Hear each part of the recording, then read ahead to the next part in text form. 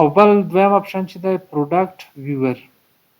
د دې له لارې موږ تاسو زه دلته یو شیټ ما سره راسره دی تیاره، نو زه د همغه شیټ نه مثلا پروډکټ کپي کوم، ایسین یې البته ما سره دلته یو شیټ تیار راسره دی، مثلا دا ایسین کالم چې دی دا موږ تاسو ټول کپي کوو دغه ځای نه، کنټرول سی به یې کوو، را به شو دلته به یې ایسینز شی کوو، واچو دلته لیست اف ایسین لیست اف یو پی سی، که یو پی سی ولرو دې باندې کلیک کوو، هم تاسو ایسین لرو دا کپي کوو او ورځو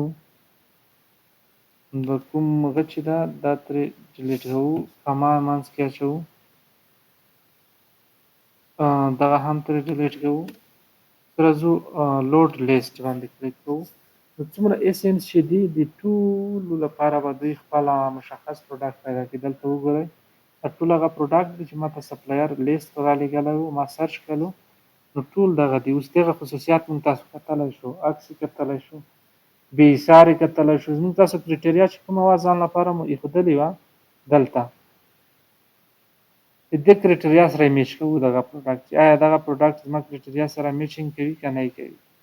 صحیح ده. بې ایثار یې ګورو، مثلا قیمت یې ګورو، سیلران یې ګورو، مثلا نورې برخې. دا ټول کله چې دا مو ټول پیدا کړل ومو ویل چې یاره دغه پروډکټ چې دی زما د کرایټیریا مطابق ده، کلیک ورباندې کوو راسن. دلته ای ګورئ ای باندې به کلیک وکړئ، ای بې کې که ګورئ ای باندې کلیک کوو، خو موږ تاسو امازون کې ګورو ای باندې به کلیک وکړو راسن د امازون صفحې ته موږ تاسو دغه ده.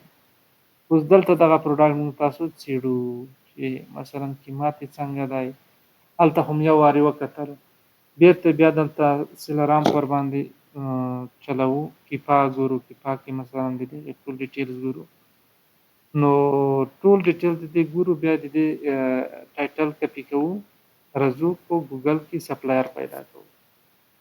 نو دا د شیټ هغه ایسینس چې کوم ته راکړل شوي دي د هغې د پیدا کولو طریقه وه چې څه ډول موږ تاسو کولی شو چې یو شیټ موږ تاسو په کیپا کې سرچ کړو البته.